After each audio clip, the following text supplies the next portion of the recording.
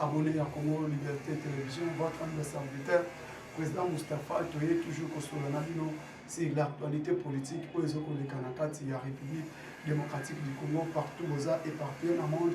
Na pesibino bambote Boza ebele, bandeko Boza na Beni, bandeko na Boza na Ituri, bandeko na Boza na Basankusu, bandeko na Boza na Congo central, bandeko Boza na Lubumbashi, na Kalemi, na Kisangani, Boyoma, partout, Grand Bandundu, Grand Kassai, na pesibino surtout, bambote bafidèle abonné surtout ya Congo Liberté Télévision, Bokota, Kota, Ebele, tout au solo là. Titre, un seul point, 2 points à l'ordre du jour. Nous allons parler sur la révision constitution, changement à la constitution. Torobet Masolo, qu'est-ce qui se passe parce que Kamere vers la porte il a sorti dans la union sacrée. Torobet Masolo nango, Torobet Masolo sur cette réunion de l'opposition. Il y a la République réunie au sein de la siège Yasenko. Tout le monde est opposant à Senko, Basangani.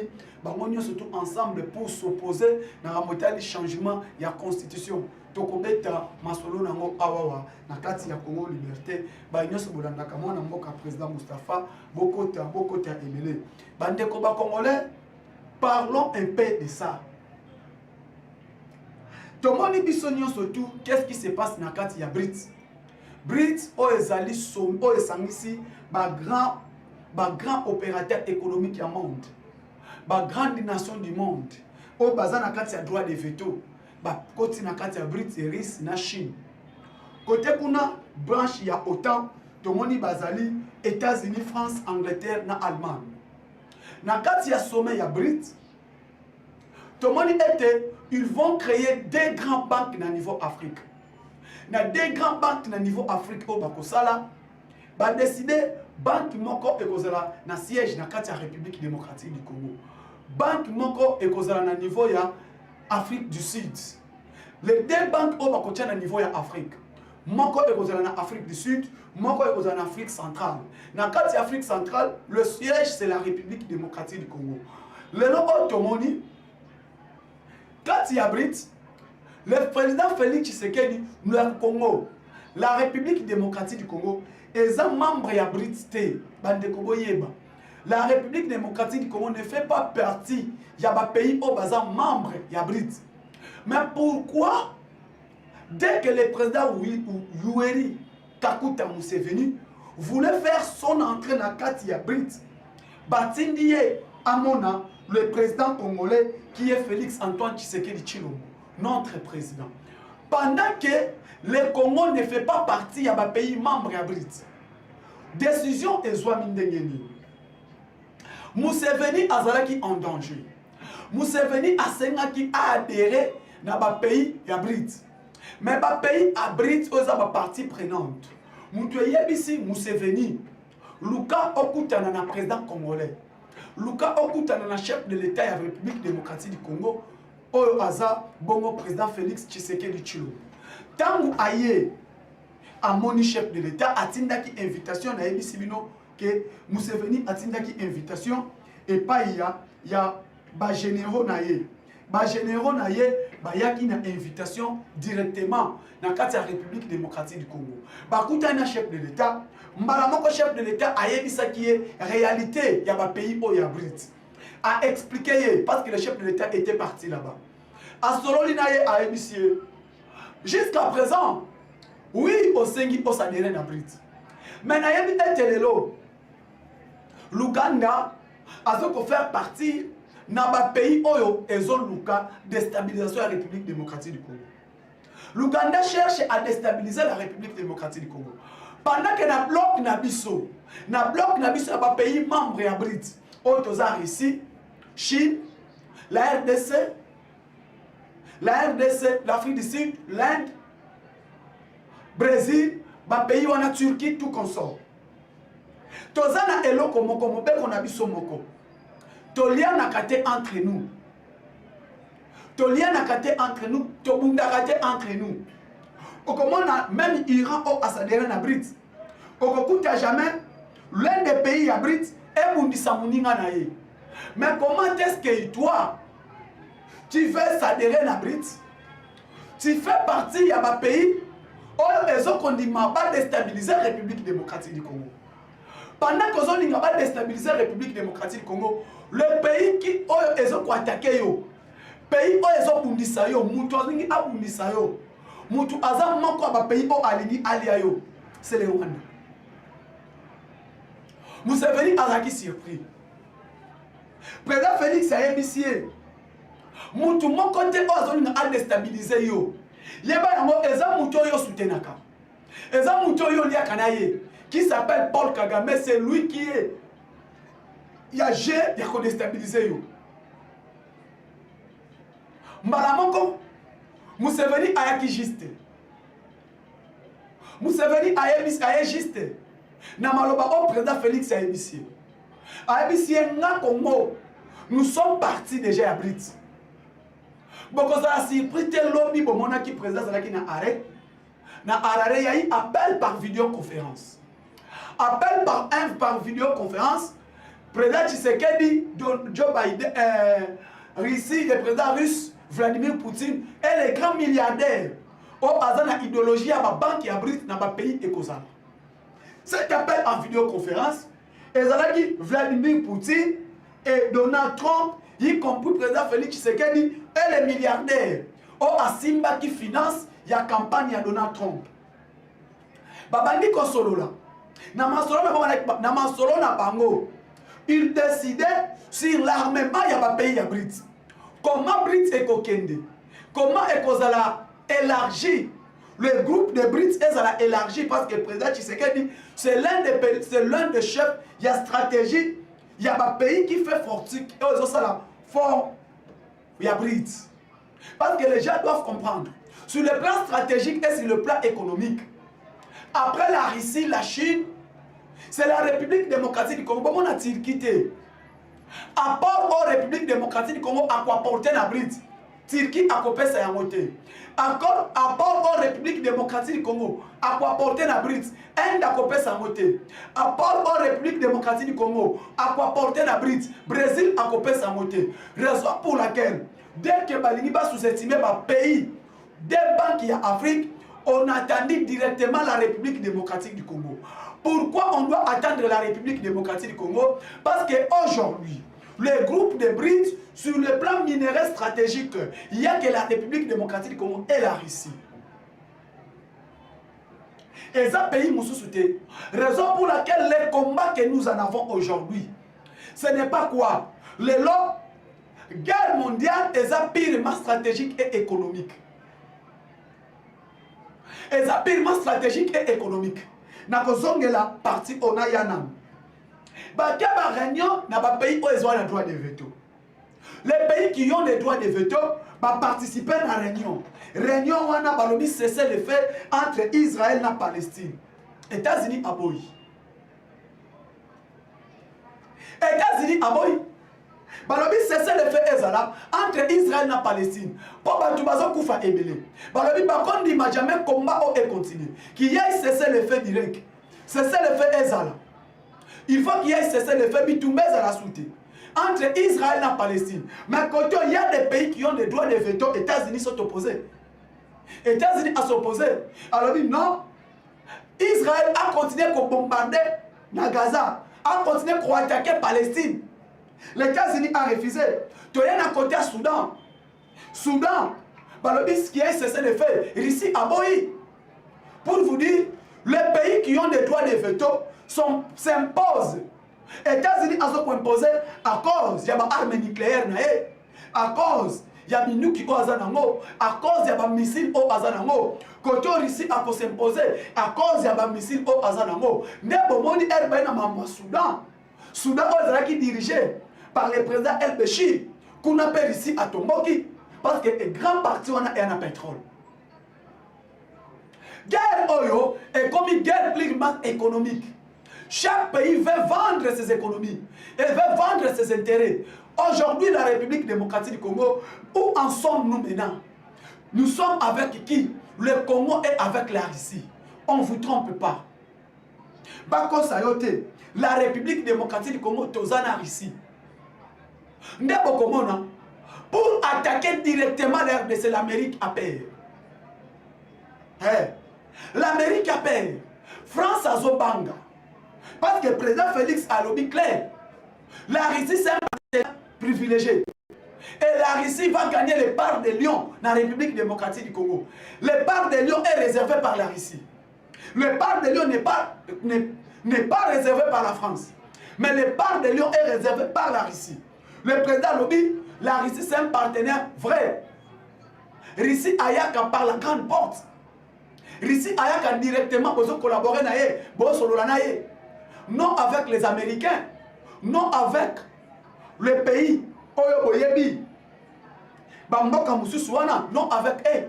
Mais quand vous parlez avec la Russie, Russie Ayaka Mbalamoko Aza un partenaire vrai. Alors, la personne qui doit gagner les parts de Lyon dans la République démocratique du Congo n'est rien d'autre que la Russie. Azala qui clair. Devant les journalistes français, le président était clair. Devant les journalistes, le chef de l'État était clair. Le part de Lyon est réservé par la Russie. Alors, Russie, c'est un partenaire privilégié. Il y a la République démocratique du Congo. Quand vous collaborez avec la Russie, Russie Ayaka Mbalamoko. Russie Ayaka Mbalamoko. Russie Azavre. Russie Ayaka. Azoko accompagner bino, vous collaborer bien ailleurs. N'importe comment on a l'élo, part de Lyon est réservé par la Russie. Toyente Fongoli paradis. République démocratique du Congo, Fati Alobela qui a mboka soutien en France. Le président a dit dans la conférence d'Emmanuel Macron. Macron a lobby concernant Bitumba RDC na Rwanda. Macron a lobby nini. Macron a lobby ce qui se passe en République démocratique du Congo avec les Rwandais. Tokolobe la Rwanda cessé les faits. Boyebaka yango na 2022. Macron a eu na RDC. Macron a eu son en mois d'avril. Que les Rwandais avant le 7 avril, il doit se retirer au Congo. Bah se retirer non.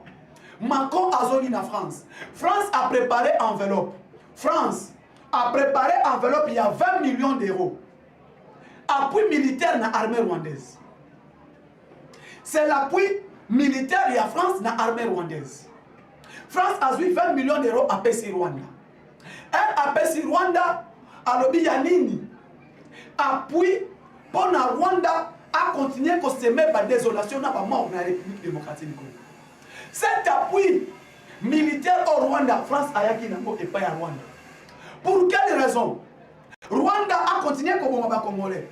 Pour quelle raison? Rwanda a continué à créer climat et à déstabiliser la République démocratique du Congo. Pendant que nous avons collaboré dans Rwanda, nous avons coopéré dans Rwanda dans l'accord militaire. Nous avons l'accord militaire qu'on avait avec les Rwandais. Il y a une coopération, il y a une industrie militaire au Tozanango. École de guerre. L'école de guerre, c'était le militaire français. Coopération France dans RDC. Né Ebota, école de guerre. Coopération militaire, il y a France dans RDC. Il y a une école de guerre en République démocratique du Congo. École de guerre. Pendant que la France avec nous, Fatih Aloua qui déjà a bonne relation en France. Comment est-ce que France directement Macron a outi Angola à la RDC. À Sibiso.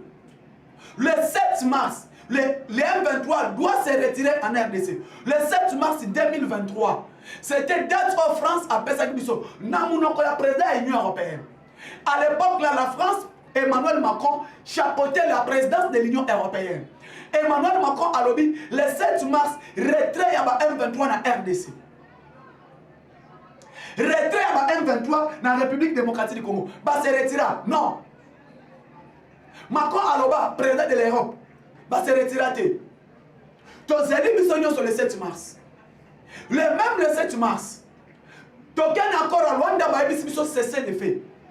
Cesser les faits, retrait à M23 dans la RDC. C'est retrait à M23. Est-ce que va se retira? Non. Les Congolais comprenaient. Quand je vous dis la France, l'Union européenne, Bazana a sauté. Aujourd'hui, maintenant, Elle va cesser les faits. Le Congo a respecté ses engagements. Cesser les faits, pourquoi? Parce que le président de l'Union européenne, à Kenya Angola qui chapeaute le processus de Luanda, c'est le président João Lorenzo qui chapeaute ce processus. La médiation envoyée par l'Union africaine. L'Union africaine a été le président João Lorenzo. Et Bisso, retrait à M23, médiateur. Le médiateur qui est João Lorenzo concernant le processus de Luanda. Ou Kenyatta concernant le médiateur, il y a EAC. Les deux personnalités. Balobi cessait le fait. République démocratique du Congo Atiki. La République démocratique du Congo Atiki a respecté le processus et le Bamaki n'accord à Luanda. Biso Totosi, Boyoka, président de l'Union européenne Emmanuel Macron a sali message. A Beni Kagame a retiré ma troupe naïe. Tout le monde en place M23 a se retiré. Tout le monde en place M23 a sa retraite officielle. Pendant que Bazoloba, le M23, il y a Paul Kagame va attaquer position, il y a l'armée congolaise. Et va retirer des localités. Pendant que Balobi, on a respecté le processus à Luanda. On a respecté cesser les faits. C'est à cause de la sanctionner. Il n'y a eu pas de sanctions. Il n'y a eu pas de sanctions pour les M23. Sanctions exaltées. Bah sanctionnant M23. Tolongwe, ni sanctions.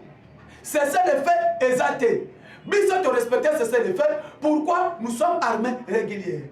Pendant que les Rwandais n'ont pas pu respecter cesser les faits. Tout le monde, pendant ce processus, l'armée rwandaise va se renforcer encore. Le président dit non.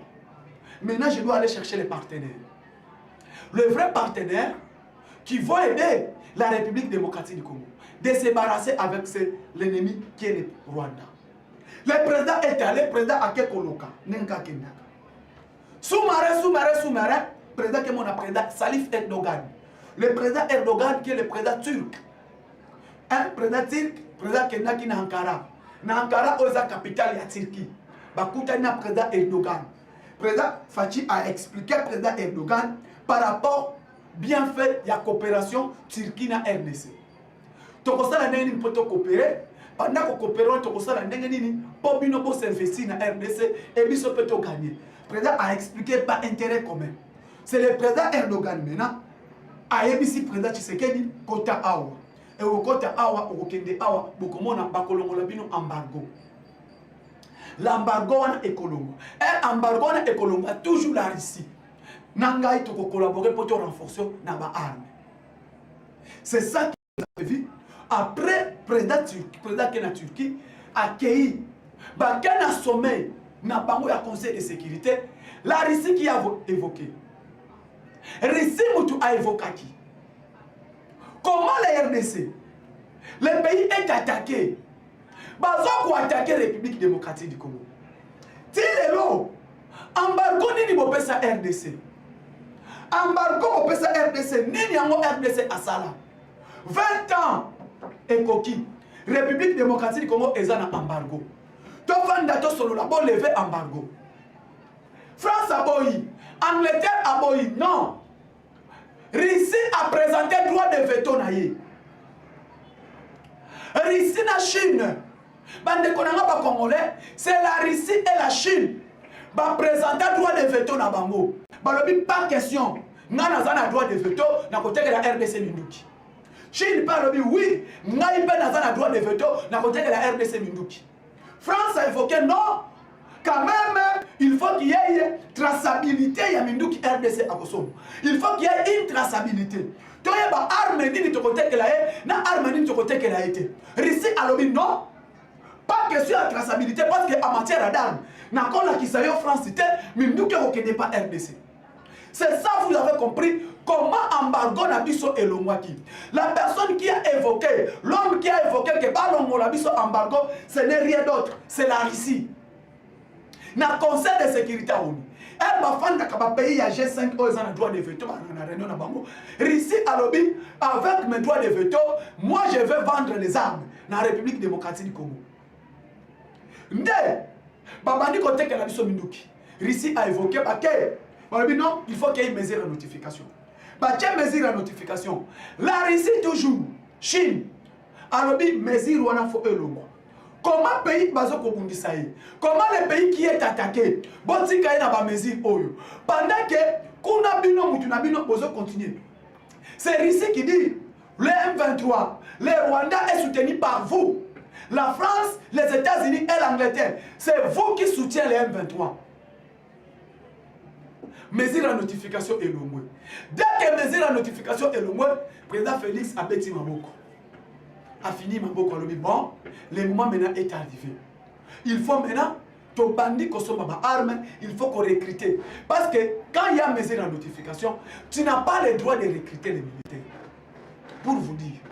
Tu n'as pas le droit de recruter les militaires, tu n'as pas le droit d'acheter les armes, tu n'as pas le droit d'équiper l'armée. Dès que on a été Kabila, soldat Nabiso salité.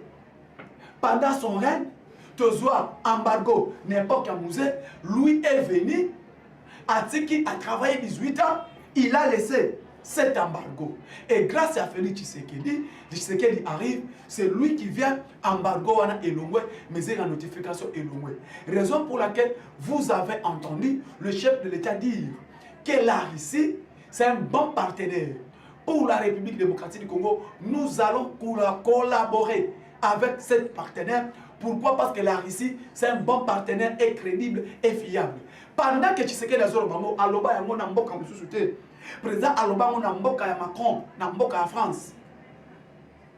Président a évoqué Maloba on a na France et pas Emmanuel Macron. Et tant Fati Azoko évoqué Amo, Batounie, qui va gagner les parcs de Lyon? Président Zalaki clair. La Russie reste un bon partenaire et il est clair. La Russie ayakate a attaqué yo. Russie ayakate a bundisa yo. Russie ayakate a salanine. Mais Russie elle ayaka na moi. Raison pour laquelle je vais collaborer avec lui parce que c'est un bon partenaire. Ne eloko salaka bomona côté ya ba français côté ya banine batelema. Batelema ba mona non. Comment intérêt na biso na République démocratique du Congo, Russie azwa yango. Et intérêt na biso, to gagnaka ebele na RDC, et que ne pona nini et pas ya Russie. Et lelo, président après Masolo na Zongeli, bon, ma place na lobaki, na kana parenthèse, président ake na sommet ya e Harare. Harare, eza na Zimbabwe. Zimbabwe, c'est siège ya SADC actuellement parce que le président Emerson Mnangagwa a chapeauté SADC. La SADC qui est chapeautée actuellement par Emerson Mnangagwa, Mnangagwa au hasard président de Zimbabwe. Zimbabwe c'est un pays où il y a un embargo. Et c'est un pays aux États-Unis, France, bapesa Zimbabwe embargo. Embargo bapesa Zimbabwe, to yebite yatina nini. Subitement bapesa ye embargo, à côté sombate, à côté kate, à côté salanité. Peuple zimbabwéen, balingaka chef de l'État Makassi. Pourquoi? Parce que notre président, c'est lui qui a évoqué dans le conseil, dans l'Assemblée générale ya ONU, pourquoi Botsika Zimbabwe na embargo? Pourquoi Zimbabwe a un embargo et embargo yango? Botsika la Zimbabwe yanine. Cet embargo est yanine. Raison pour laquelle le président Tshisekedi, il est parmi les présidents mieux écoutés et mieux respectés à Emerson Mnangagwa. Sommet ok, il faut évaluer mission ya SADC. Il faut évaluer mission ya SADC. La République démocratique du Congo fait partie d'un pays membre de l'Afrique australe. L'Afrique australe, nous comptons la RDC, Zimbabwe, Zambie, Tanzanie, Madagascar, Mozambique, Angola, Afrique du Sud, Namibie, sont des pays où ils sont composés par membres de la SADC. La République démocratique du Congo est parmi les pays où ils ont un problème d'insécurité. Insécurité, c'est la RDC, na Mozambique. Dans les pays, il y a SADC, la RDC, na Mozambique. Sont des pays où ils ont un problème d'insécurité. Tous ont une insécurité. Si il faut évaluer maintenant. Ni Nezolika, na ba pays ya SADC. Tomoni, il y a qu'un seul pays. Ils ont combattre RDC. Il n'y a qu'un seul pays. Ils ont combattre Mozambique. Rwanda a mission. Rwanda batinda ki ba militaire na Mozambique. Na mission ya ONU. Les militaires rwandais et qui n'a qu'un niveau à Mozambique. Paul Kagame Nzoka. Na ba militaire na ye o ba ki na niveau à Mozambique. Ils sont allés attaquer comme makaba opposant. Comme on va déranger le pouvoir à Rwanda na niveau Mozambique. Na place asala musala o bakei ko sala na ba militaire na ye. Bakei ko sala na Mozambique, bakei ko sala makambo mususu. Ko boma ba opposant, ko puyer ba minéraux tout comme ça. La SADC a étudié. Ba sali évaluation. Il y a ba militaire ya SADC qui ba na RDC. Est-ce que bazo ko évaluer ndengeni? Il faut faire évaluation et batala mandat ya SADC, mandat ya Samir d'RDC na République démocratique du Congo. Position ya SADC au Bayern de RDC. Est-ce que le travail s'est fait? Où se trouvent les militaires ya SADC? Baza, na niveau ya Sake, il y a les Tanzaniens et les militaires sud-africains. Au Baza. Il faut baser l'évaluation. Est-ce que Bazo se comportait n'engeni? Est-ce que l'évaluation est ok? Mais moi, je l'ai dit, jusqu'à présent, résultat, il y a des militaires qui sont SADC, ils sont en côté. Les militaires qui sont en mission de SADC, dans RDC, ils sont en évaluation. Nous avons pas de résultat parce que jusqu'à présent, nous avons pas de raison pour laquelle je vais dire aux Congolais, je me sens de vivre et l'autre militaire, il y a Kenya, parce qu'au moment où je ne vous parle, résultat ya SADC nazomona yango te. Nazomona résultat ya SADC te. Résultat ya armée ya SADC, ça ne tient pas. Et kozala te pourquoi? Parce que la Zambie fait partie de ma pays ya SADC. Mais la Zambie c'est un pays traître. Tout le monde sait. Zambie a partenir, participer dans ma pays membre ya SADC, ba militaire zambien bayaki na RDC na compte ya mission ya SADC. Zambie o baza président HK Ikaïda Ichilema o Abenga Tshisekedi mon frère. Mais parmi les pays qu'on veut utiliser pour attaquer la RDC, les pays qu'on veut utiliser pour attaquer la République démocratique du Congo, c'est la Zambie.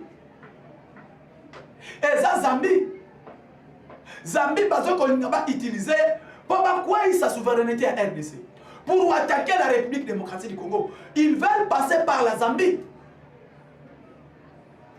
Par la Zambie, ils vont entrer dans la Zambie. Et pour entrer dans la Zambie, pour quoi ça Katanga.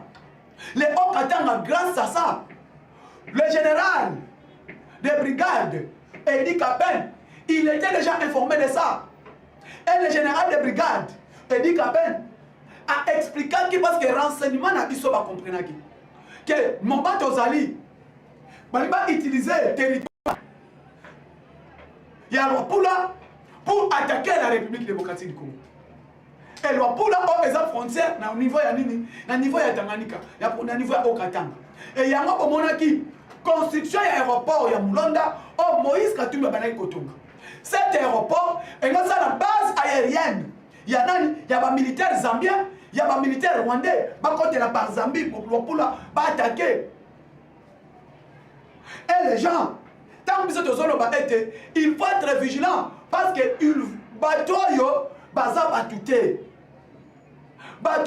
la communauté internationale n'a pas d'amis.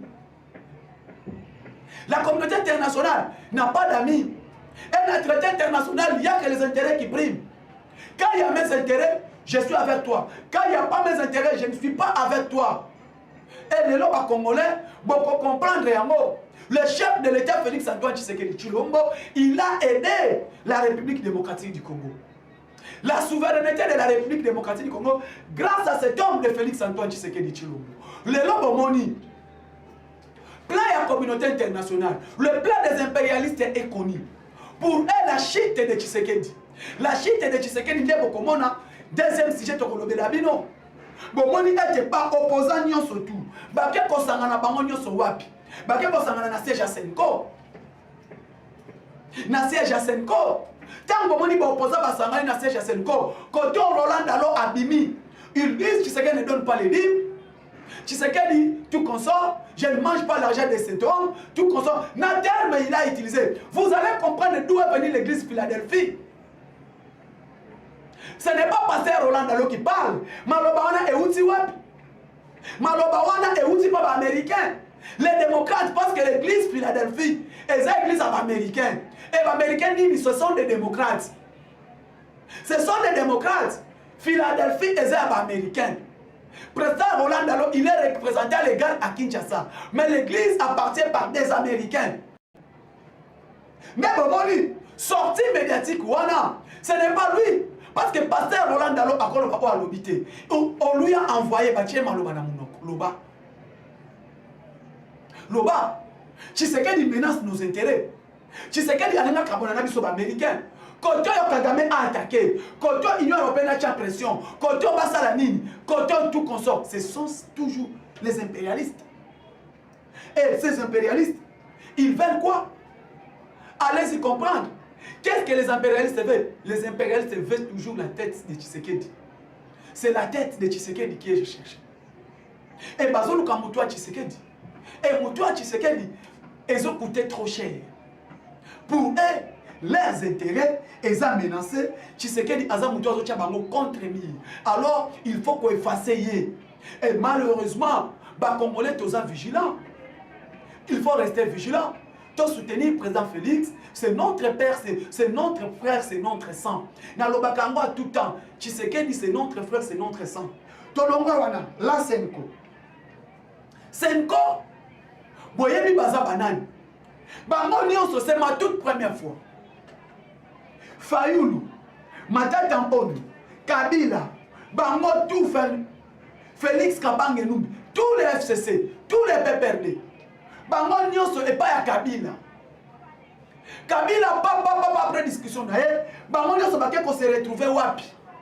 Bakeko se retrouver na siège ya Senko. Bakeko se retrouver na siège ya Senko. Bande konanga ba Congolais. Ça fait mal. L'église catholique, oh bisoto yebaki. L'église qui amène au ciel. L'église catholique. Église catholique na sima. Ya Kabila. Église catholique atiki siège na ye. Siège na ye ba kabiliste ba kota baza la déclaration. Et Kabila oyo lobby. Il était ennemi, il y a Abbé Cholé. Kabila au lobby, il était ennemi, il y a qui que soit. Aujourd'hui, Kabila devient l'homme à féliciter de l'église catholique. Les oyo, catholique, au biso to sala ba marche. Toyebi biso nyonso tout. Qui était Joseph Kabila? Babeti Bangonga, pas Kabila Abima. Tout ce qui s'est passé. L'église catholique a dit qu'il siège à Senko. Pendant que Kabila bakota bakosa la déclaration. Eh, Mboka Oyo, Mawamigi, les Oyo, les mêmes églises catholiques qui nous a dit la constitution congolaise n'est pas bonne. C'est l'église catholique. L'église catholique est la constitution Oyo est malamouté. A télé la constitution Oyo parce que cette constitution ce n'est pas les nôtres. Constitution Oyo est à bisoté, constitution Oyo est à Mapaya. Basango, il y a église catholique. Basango ya église catholique, tout ça va marche pour dire non à cette constitution. Lui des bêtes nous avons refusé. Tout ça qu'il y a une élection. Bah église catholique. Sortie médiatique il y a Délice Sanga. Pendant que Ngana Kobima président, première des choses, il faut changer la constitution congolaise parce qu'elle n'est pas bonne. Fayoulou Aloba, première des choses, il faut changer la constitution congolaise parce qu'elle n'est pas bonne. Les lois. Pour nous dire concernant la constitution. Et cette constitution, qui ne savent pas, cette constitution n'est pas le nôtre. Qui ne savent pas, cette constitution est la constitution Yabapaya. Qui ne savent pas, la constitution congolaise est la Oyotokoma Bisoba Congolete. Batubakoma Yango et Zabato Baza Banani. Ce sont des gens qui venaient de Belgérant. Les belgérants, ce sont des gens qui ont un groupe armé. Et les lots, Senko, comment dit Bangonio surtout Basangani ensemble. Senko, l'opposition, y compris les camps de Kabylie. Batelemi, Balobi était Toko s'opposer, nous allons barrer la route pour que Tshisekedi a réussi à changer la constitution parce que la constitution congolaise va changer et les bonnes. Bandeko, où se trouve l'église? Où se trouve l'église? L'église du Congo est Zawapi. L'église du Congo est Zawapi. Tu as constitué l'église Wapi. Bandeko. Où se trouve l'église? L'église, oh, est un centre et Mabatunalola. L'église est un centre et prêché partout. Babango la mité Mabakota Nalola. Les mêmes églises. L'église catholique et le Baboy. L'église catholique était le régime. L'église catholique, les lots et l'union lobanini. Concernant la situation du pays, concernant l'insécurité au pays. Et cette église qui devait nous amener d'aller au ciel, aujourd'hui les mêmes églises qui nous enseignent du mal. Les lots qui ne savent pas constitution Oyo, église catholique à Téléméléango. Les lots bande konangaï ba congolais, pour vous dire, va se réunir l'église catholique et y compris qui? Les évêques. L'église catholique et l'opposition. Balobi, nous allons barrer la route. Tshisekedi a révisé la constitution OT. Constitution Oyo. Et Zayadine. Malheureusement, Joseph Kabila lobby. Tolandi Joseph Kabila à partir à Libye. Kabila parle. Cette constitution, l'église catholique est boya kiango. Cette constitution, l'opposition est boya kiango. Cette constitution, c'est mes fruits. Et ça, on a boti. Et ça, constitution na ngai. Ngai de na salaki yango. Ngai de na protéger yango. Ngai de na lobby. Constitution wana. Et ça, constitution on a yokela qui passe. Mouto lobby de wana c'est qui? C'est Joseph Kabila. Joseph Kabila lobby constitution wana eza yaye. Et loko ya bundelaki, et loko ya atelebelaki, et loko ya asalaki. Pour constitution wana lelo efanda ezaye. Yango na lingi na yebisa bino bandeko na ngai ba congolais. Quand Kabila dit la constitution c'est lui. C'est constitution na ye oye abundelaki. Pour vous dire que lelo bomoni était Tshisekedi ayebisaki biso. Tant tolobaki tomboya constitution wana ya ba belgérant eza constitution ya ba paya. Lelo erboyoki na munoko ya Joseph Kabila ya koyebisa bino constitution wana eza ya ye. Yende mutu asalaki po constitution wana ezala. Eza pasi oye amonaki po na constitution wana yango ete ekochangeamete. Mais ngana lobi boye. Cette constitution, on doit la changer. Faut-on changer? Pourquoi n'est pas la nôtre? Dès qu'à présent à Lobaki, il faut qu'il y ait une commission qui va chapeauter, qui va étudier sur changement ou révision. Mais les lois, pour nous les Congolais, pour nous le peuple congolais, il faut la changer. Les traités internationaux et les accords internationaux sont au-dessus de la Constitution. Les traités internationaux et les accords internationaux, ils ont l'écolo à la Constitution. Quand je parle des traités, les accords internationaux, vous faites l'allusion à quoi? Les traités, la République démocratique du Congo peut accomplir un accord, un traité avec tel ou tel pays. Cet traité, cet accord, ils ont l'écolo à la Constitution. Et mes frères congolais, parlons un peu de ça. La République démocratique du Congo est signé traité. Traité international ou accord. Elles ont la constitution. Traité ni les la constitution. Traité ni les la constitution. Accord ni les la constitution. Quel est cet accord? Boye bisangai bande konangai. Tolobate. Accord ou traité international. Elles ont la beaucoup li kondi ya mboka. Donc il est là, bon, quel consigné accord nabino. Bon, moni place au bagala. Tant on est bisa bino kete. Constitution o ezama la mute. Les gens bolo la kangai nyonso. Ba papa na ngai ba mama na ngai ko na ngai. Ya congolais de père et de mère. Constitution o ezama la mute. Je l'ai dit et ça fait plusieurs temps. Na yebisa bino concernant cette constitution c'est pas bon. Constitution o ezama la mute. Je vous ai dit na yebisa bino vous m'avez pas compris. Et les lots, tu penses si cool, tu réfléchis. sur cette constitution. Traité nini, accord nini. Oye kozala likolo ya constitution. Accord ya M23. Accord ya CNDP. L'accord ya CNDP. C'est là où est né le M23. CNDP, Convention démocratique ya Mwanga Chuchu. C'est un accord que Kabila a signé. L'accord de l'Émirat. C'est un accord. Accord. Turquoise. Et ça va accord. Et maintenant, il y a likolo ya constitution ya Congo. Et ça likolo ya beaucoup li kondi ya nini ya Congo. Ces accords, ces traités internationaux qui est au-dessus de la constitution. Bandeko, et ça qui nous quitte nini. Et les lobbies sont tellement. Les Congolais nous pensent des aventuriers. Les Congolais ont pensé que tous les salaires, Bandeko Bakongo Balobe, Kiakou, Kiangani. C'est l'adage congolais, la sagesse Congo qui nous enseigne ça. C'est la sagesse Congo qui nous enseigne ça. Kiakou, Kiangani. Et aujourd'hui, Balingi va imposer Bino, Balingi va imposer Biso Congolais concernant cet accord ou cet traité international.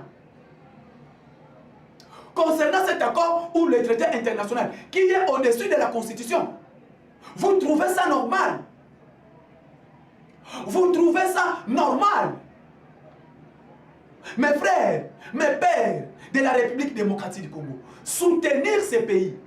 Soyons derrière le chef de l'État Tshisekedi, c'est notre frère, c'est notre sang. Un besoin que ça vient accord dans le traité international, et ça, Nicolas, la Constitution, mais nous retrouvons normal. Constitution, c'est la loi fondamentale de la République. Et cette Constitution, en cas de guerre, en cas de conflit, les Congos sont partis de souveraineté nationale. Et ça, la Constitution dit. Et la Constitution dit.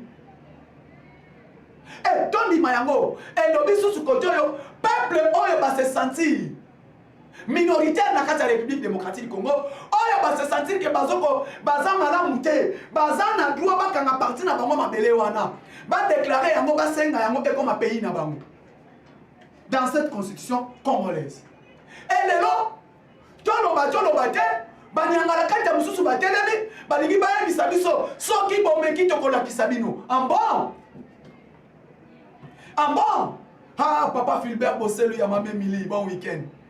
Yashikito Mouchachino, na pesi yombote bisiko zwami. Mama Jeanne Misenga na pesi yombote, Mama Nanga Martin na Londres na pesi yombote. Yokangayi. Et le Biboye, la République démocratique du Congo a cédé. A cédé parti Yamabele naye. Wana ba émission na constitution na bukuli kondi ya Congo. Na bukuli kondi ya Congo. Congo doit partir à Mabele na biso to cédé. Donc Congo a conjugué verbe céder au temps présent. Je prends Katanga, je cède. Je prends quoi? Nous cédons. Nous cédons le Congo central. Vous cédez les Kivu. Nous cédons les Lituri. To cédez les Maniema. Donc biso to Brazzaville a bundisi biso to zui fleuve to Kabi. C'est ça dans la constitution. C'est dans la constitution. Et si quand tu continues à la nani, tu continues à la namboka nini, pendant que yozo pesa kaka, donc yozo ka verbe donné parti à Petbele. Yo na kati ya constitution na babisio, yo ko conjuguer ka verbe donné, yo ko swate. Yo pesa kano kaka. Mai ndombe pesa. Le lo yangwana. C'est dans votre constitution. Ba kote libino na mboka, mobondo, ba yaki ba mbororo. Ba ye kokoboko la banyama. Batu ba ko boko la banyama. Loko ba ye libino ba siège le biso na bandu. Ba benga banani ba mobondo. Mais to yebi ngo ba utia kuna na este. Este côté kuna côté Haute-Ouélé Bas-Ouélé. Ils ont venu avec la na ngombe les vaches. Ba ki ko boko la ngombe. Aujourd'hui ba balu kele biso bengi bango banani ba mbororo. C'est ça. C'est dans la constitution. Bazo bundisa nini masimanimba bandundulelo ba komi guerre ya bateke na bayaka. C'est dans votre constitution. Donc nous les Congo, c'est la honte. Raison pour laquelle quand je dis Joseph Kabila, c'est un méchant pour nous. Joseph Kabila, Azam Moutou Amala Mouté pour Nabiso Congolais. Aujourd'hui, ce que nous vivons, les malheurs de notre pays. Les malheurs de notre pays, c'est dans la constitution de la République. Dans la constitution de la République. Le nom Moutou Olobalanga, c'est ah. Yango moni ezaku tuteli kambo Congolais nyoso bendele koyate. Tombola loboko likolo changement ya constitution. Tchelanga na commentaire, je veux le changement ou la révision. Pendant que je te lis cet article qui dit les traités internationaux, la République démocratique du Congo peut signer les accords et les traités internationaux sont au-dessus de notre constitution. Dans cette constitution, il y a un article que les minoritaires, un minoritaire peut se réunir et demander le parti du terre dans la constitution Congo. Dans la constitution Congo, et le pendant la guerre, ou pendant quoi que ce soit, la République démocratique du Congo peut céder son parti de souveraineté pour privilégier l'intégrité et l'unité africaine dans la constitution. Et là, au monde à Bantoumoussou, Batomboki Baye, oh yo Mustafa yo, Zoba Zoba, Zela de Rolakisayo, papa, Olakisangani. Le Congo central n'est pas à vendre. Et la République démocratique du Congo n'est pas à vendre. N'est pas une boutique. Le Congo n'est pas une boutique. Vous allez rentrer chez vous. Vous allez rentrer chez vous. La République démocratique du Congo n'est pas à vendre. Le oyo, malheur tozanango, difficulté tozanango, c'est cette souveraineté du pays. Alors, les lois disent que ça ne sont pas aventures. Arrêtez de vos aventures. La République démocratique du Congo toko cédé ma belleté. Aucun parti du terre toko cédé. Jamais. Le Congo n'est pas à vendre. Boye Bakayango. Quel que soit le cas, nous sommes unis dans le sol et nous protégeons la souveraineté de la République démocratique du Congo.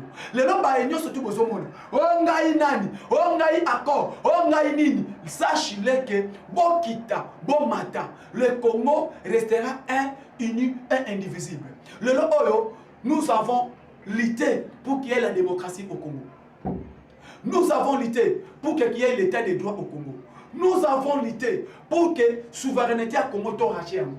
Tonyo Kwami, Naba Belge, Tonyo Kwami, n'importe Kabanoko, le lot oyo, to ko accepter jamais. Nebo moni, Vital Kamerhe, Alingate, na Assemblée nationale, qu'il sache que le lot, toko sala effort, que le changement de la constitution est salé.